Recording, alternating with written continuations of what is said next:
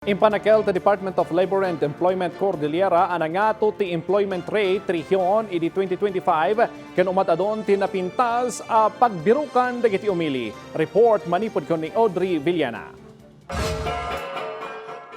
Agdaldalinad anangato ti employment rate ti Cordillera sigun iti Department of Labor and Employment Cordillera wenno dole. Iti datos, dumanon iti 95.62% ti employment rate iti 2025. Nabababa daytoy a bilang no idilig iti 97.1% ana i-record da iti 2024. 4.3% ti unemployment rate wenno dagiti awanan iti trabaho, bayad a 10.3% ti underemployment. Wenno dagiti adan iti duwa aging katalo a panggedan. Of course, yung ating mga sector, ano bang sector meron ang Cordillera? And then yung mga pangyayari na minsan yung mga calamities, disasters na sometimes ay yung mga empleyado ay na-lay off, hindi nakakapasok. And andyan pa yung mga bagong graduates who are new entrants to the labor force. So sometimes po siya ay nakakadagdag lalo na po dun sa unemployment rate. Yung graduation, pagtatapos.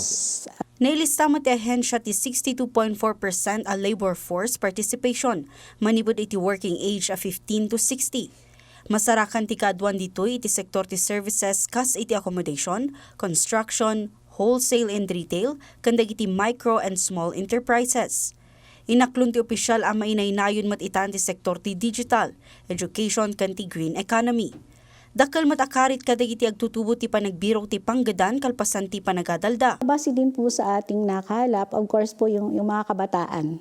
Andun po talaga siya. Cordillera is young ang population.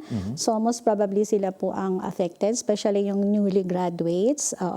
And then of course siguro din po masabi ko din yung ating mga kababaihan as well. Inayo na pay nga adu dagiti babae nga agap-apply iti ipatpatungpal da a job fair ngem sumagmamanula ang timal ala.